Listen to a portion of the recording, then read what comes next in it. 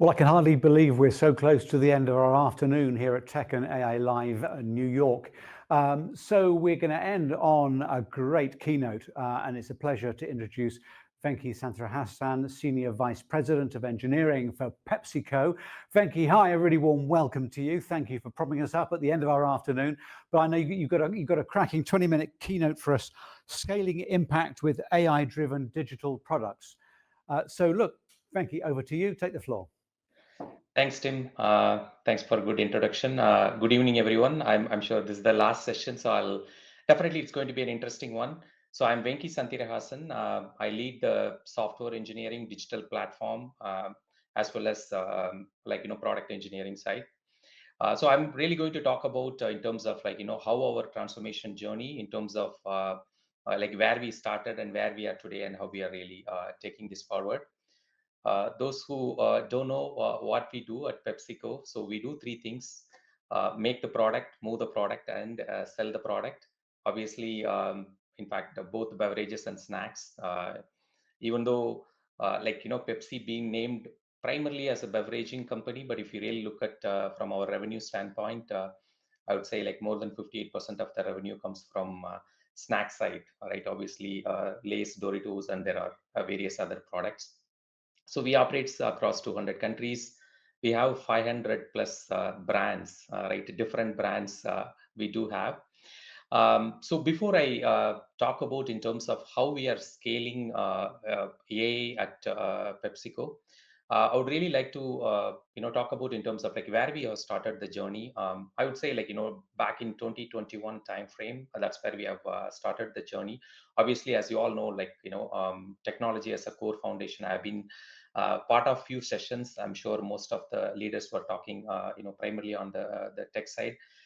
Within the tech, I have definitely we have three areas we have really focused on, right? In terms of back in 2021, obviously in 2021 timeframe, we had 10 or 12 different data lake or something in sector data. Some of the data are in global. There are some redundant data available across multiple location and so on. The effort we have started in 2021 is truly building the global data foundation to enable not just the AI use case alone, any of the reporting, digital products, all the various use cases, right? How do we really have a single data? I mean, obviously, data foundation that serves across different markets. So that's where we have started the journey. I would say we are right now we are able to harmonize somewhere around 72% of the data, brought them into a data lake. We do have a journey in terms of taking this to greater than 90% in the next 18 to 24 months. The second one I would call out as digital products and platform. Again, this is not new, but just to give you a perspective, back in 2021 when we started the journey, we had around 3,000 different applications. Right now, everybody is talking about how do we do AI prototypes or how we can truly scale out. In our view, having a right data foundation, the second most important is having the application. Like instead of think about how do you really integrate AI into 3,000 applications. The first and foremost is important. How do we really harmonize the application? So just to give an example, I'll talk about the B2B, right, where we do have an B2B, right, from traditional store standpoint, which we run across 100 plus countries. We had around 80 different B2B platform which was running across, basically every market build their own application and running it, right? So across different continent, right? So the way how we have really approached, just to give an example, right, to have one single B2B platform that serves across different market, right? That's where we have started, but I'm just giving an example of B2B. This is applicable for manufacturing, warehouse. There are multiple portfolio of applications, right? How do we really bring them and then run it? So where we are today, I would say we are able to bring down from 3,000 to 3 digits, somewhere around still it's a huge number, somewhere around 900 applications we are able to bring down. There is a journey in terms of how we can bring down further. The more we bring down, unify the applications, the easier we can truly scale our AI adoption. That's where we have started the journey. And the third one, obviously, having the responsible AI, bringing legal security. At the end of the day, like we are $90 billion organization, we want to make sure that all the guardrails and governance are followed. So we have introduced the Responsible AI Council last year, and that every AA use cases what we have, it's all going through the governance and have the right level of approval in place. Again, so I talked about in technology side, right, the three areas, but technology alone will not take us unless we truly, really upgrade our talent, plus have the change model in place. At PepsiCo, we have 300,000 frontline employees, right? Whether someone goes to the store to deliver the chips, or the warehouse, or the transportation, right? There are multiple different set of employees, not just professional. There are different set of employees are there. How do we really upgrade them so that they are really getting the benefit of AI? So we have a digital academy which we have really formed. I mean, based on which area you are working on, how do we really bring the tools and AI knowledge to them, and obviously having the right change management in place are super important. I'll talk about three use cases, how we are able to scale the AI across the board. Again, one on manufacturing, we have 500 plus manufacturing locations.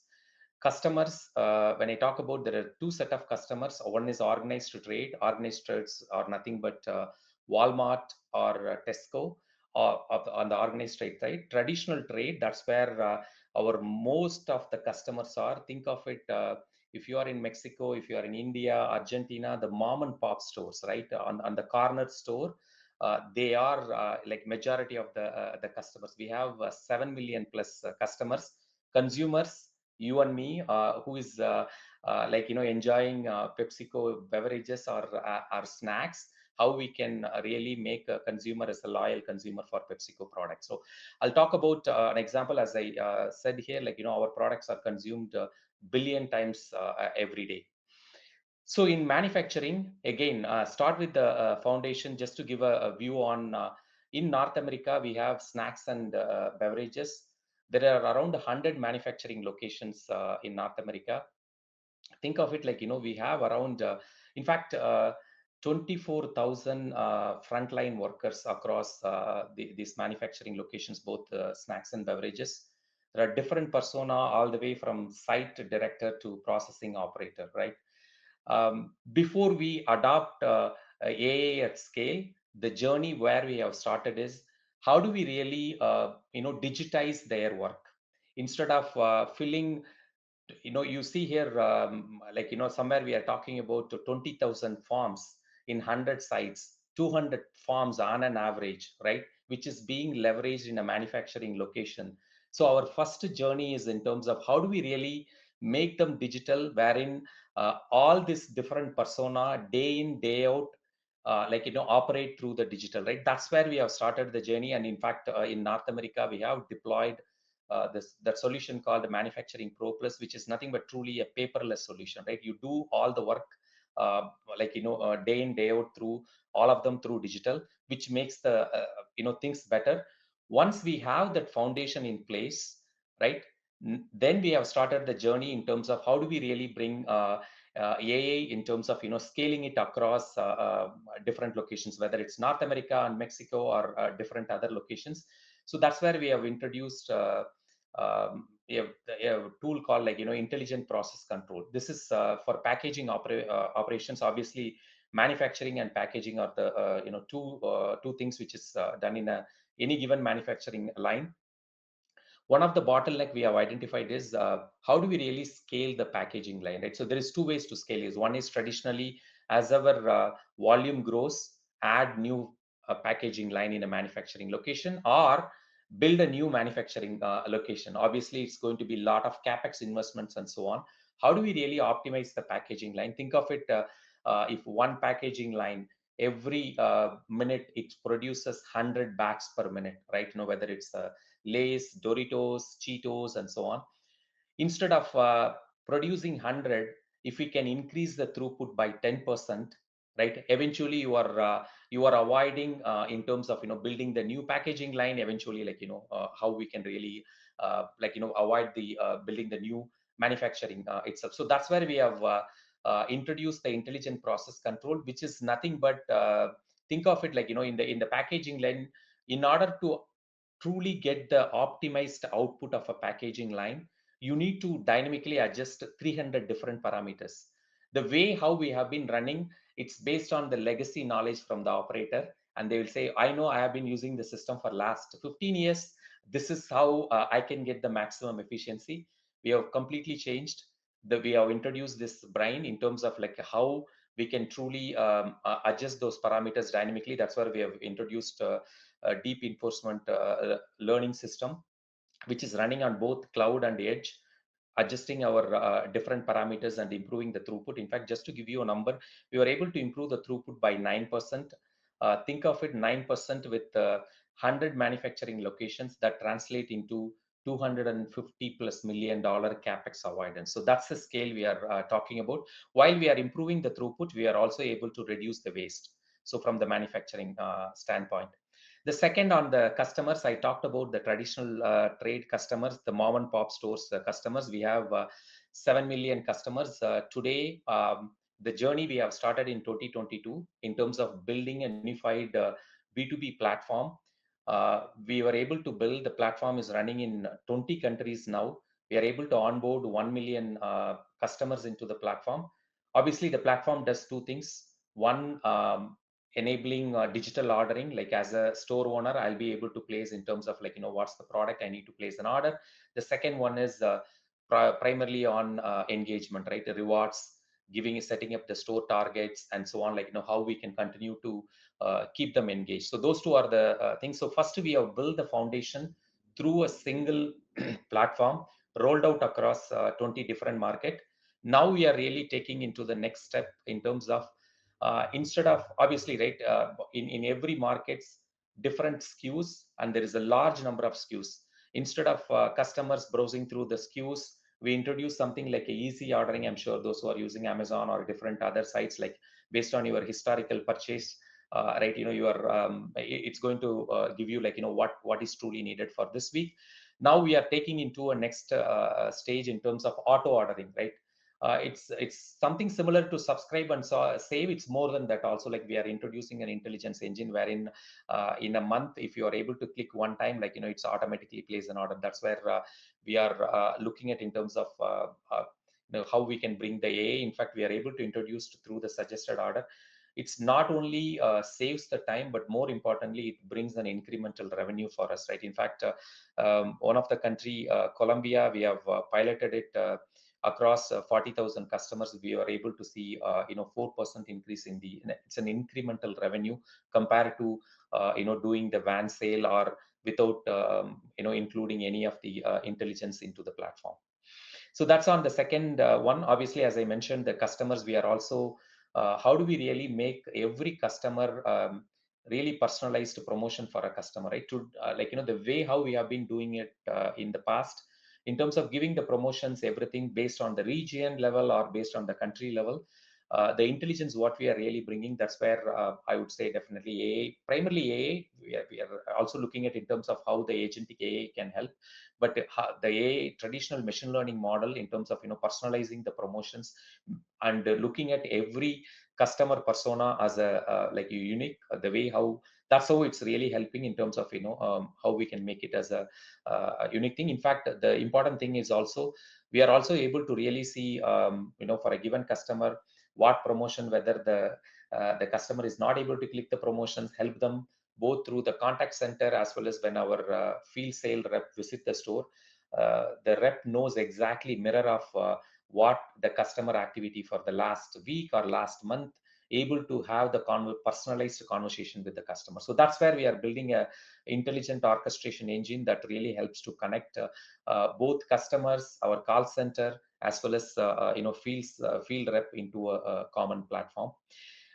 Last one is about consumers. I'm sure right now all of us are placing an order through Uber Eats, DoorDash, or some of the menu, right? Some of the websites.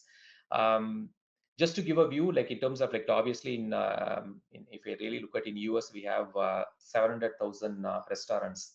there are multi-million digital menus are available, right? The two aspects we are really looking at as a consumer standpoint, like, when you are ordering pizza, right, how we can really give you the beverages right immediately instead of right, just before you purchase. So both the three areas we were really looking at, both from the consumer standpoint as well as from a PepsiCo standpoint, which is nothing but like, visibility, variability, and value. I'll just talk through an example. In fact, this is how we rate internally, looking at each menu.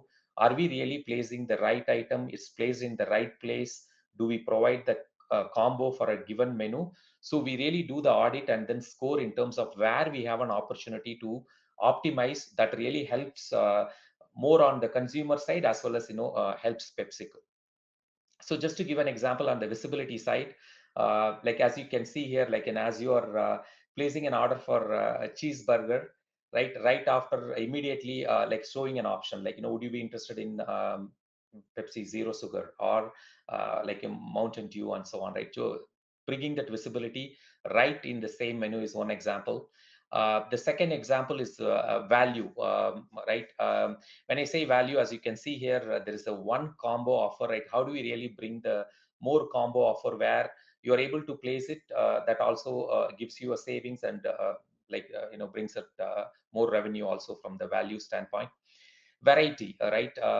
So as you can see here on the left hand side, where we have various size of bottles, as you all know, right? Showing them different varieties, giving the option to the consumers in terms of like, what you want to really select.